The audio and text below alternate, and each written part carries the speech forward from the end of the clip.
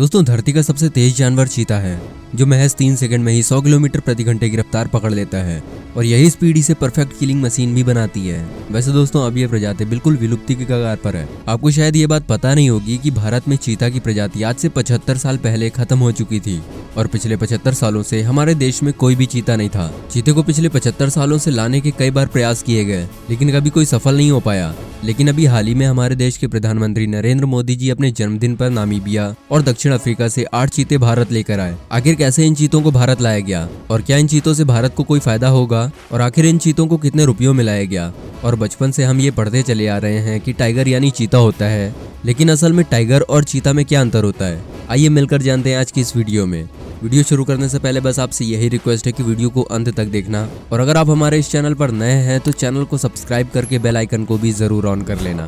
Fact researcher के एक new episode में आपका स्वागत है। दोस्तों सबसे पहले आपको बता दें कि चीता पृथ्वी पर पाए जाने वाला फास्टेस्ट लैंड मैमल है, लेकिन ये शेरों की तरह कभी दहाड़ते नहीं है, बल्कि ये बिल्लियों की तरह म्याऊं करते हैं क्योंकि ये बिल्लियों की प्रजाति के होते हैं। दोस्तों भले ही ये जानवर धरती का सबसे तेज जानवर है और महज 3 सेकंड में ही 100 किलोमीटर की रफ्तार पकड़ लेता है, लेकिन दोस्तों आपको बता दें कि चीता अपनी टॉप स्पीड में 30 सेकंड से ज्यादा लगातार दौड़ नहीं सकता है, लेकिन ये अपनी इसी रफ्तार के साथ शिकार का पीछा जरूर करते हैं। दोस्तों आपको शायद जानकर हैरानी होगी कि जितना शिकार एक चीता करता है उतना तो एक शेर भी नहीं कर पाता। दोस्तों आपको ये भी बता दें कि चीता ज्यादातर अकेले रहता है और अकेले ही शिकार करता है, जबकि शेर अपने पूरे झुंड में रहता है और उसके लिए शिकार का इंतजाम उसके झुंड की शेरनियां करती हैं। लेकिन शिकार में इतना ज्यादा माहिर होने के बाद भी चीते को अरब देशों में पाला जाता है। जी हाँ दोस्तों, आपने बिल्कुल सही सुना। अरब देशों में लोगों को चीते के बच्चे पालने का बहुत शौक होता है, लेकिन दोस्तों इनके इतनी तेज दौड़ने और शिकार में इतना ज्यादा माहिर होने के बाद भी दुनिया में इनकी संख्या लगातार घटती जा रही है। वर्तमान में पूरी दुनिया में महज 7100 चीते ही बचे हैं,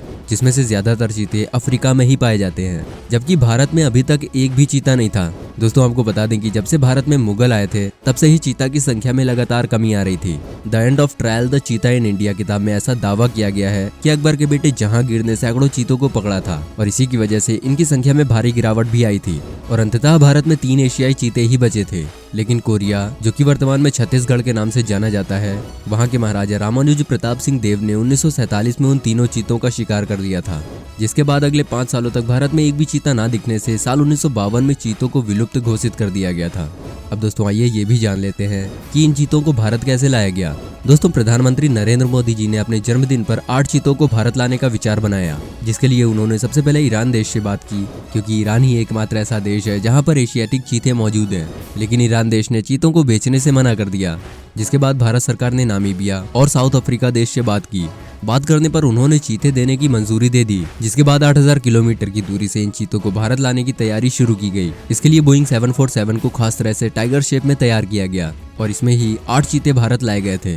उन 8 चीतों को नामीबिया से भारत लाकर मध्य प्रदेश के कूनो नेशनल पार्क में छोड़ दिया गया। इन 8 चीतों में 3 मेल चीता और 5 फीमेल चीता शामिल हैं। दोस्तों इन 8 चीता की कीमत की अभी तक आधिकारिक पुष्टि तो नहीं की गई है, लेकिन ऐसा बताया जा रहा है कि इन 8 चीता को 100 करोड़ रुपए में खरीदा गया है।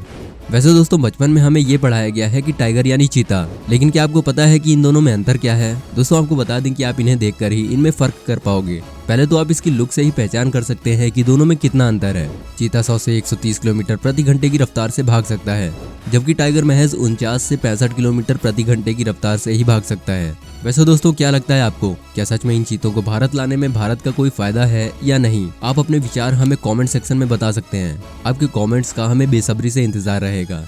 वीडियो पसंद आई हो तो वीडियो को लाइक करें और चैनल को सब्सक्राइब करके बेल आइकन को भी जरूर ऑन कर लें। वीडियो में बहुमूल्य समय देने के लिए आपका बहुत बहुत धन्यवाद।